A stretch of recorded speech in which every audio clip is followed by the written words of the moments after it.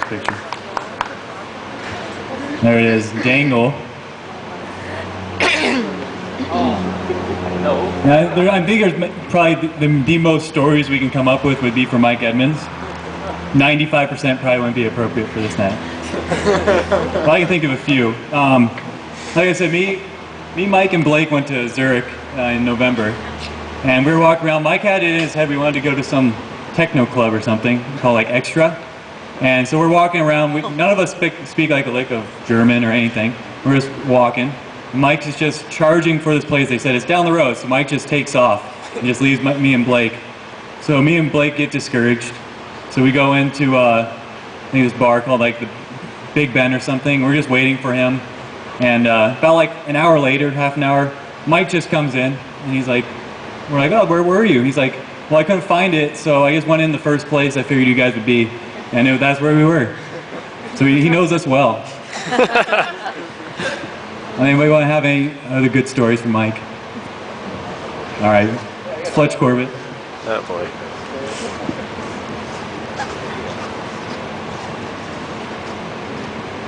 I have plenty of stories about Mike. One of them being Mike was my instructor for my CFII, and this guy thought he was going to be, oh, I'll be a jerk and I'll be mean and I'll teach you a lot. You are not as bad as you thought you were, sir. You're not that mean. You may think you are, you're not.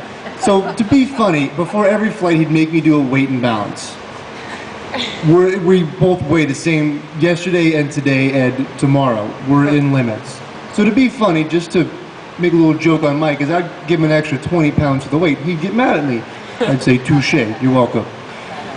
Now, the one story that I remember that I will never ever forget was the crazy taxi ride. For spring break, Mike, Jens, and Ryan and I went to, where did we start off? Philly?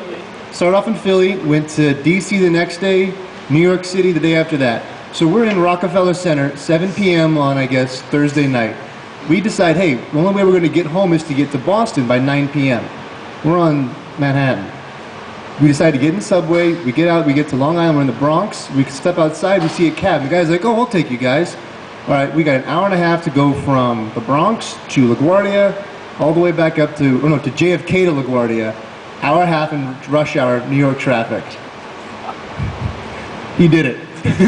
He actually got us there early.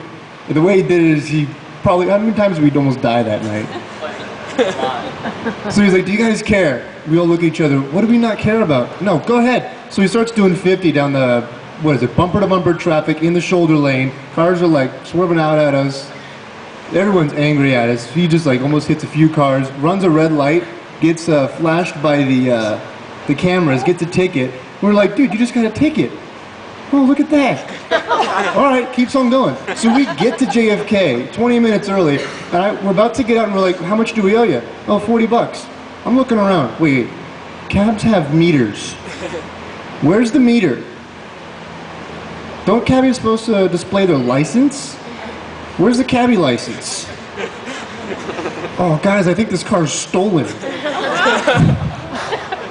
We pay the guy and we leave. We tipped him good for running the red light, but I remember that. That was hilarious. We just got a stolen cab ride. Video game in real life, Grand Theft Auto, here we are.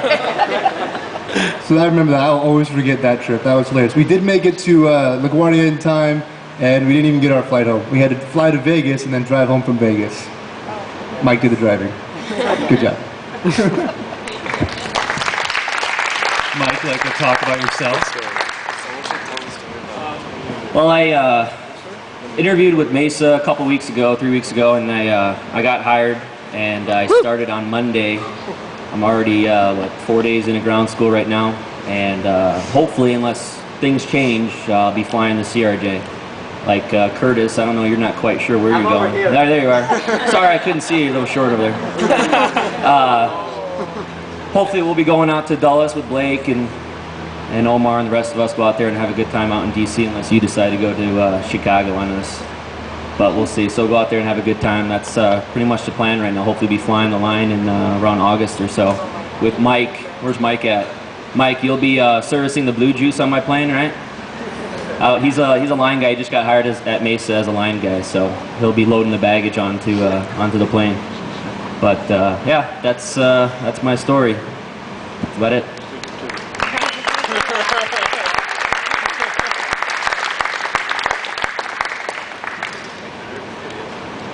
Cheers.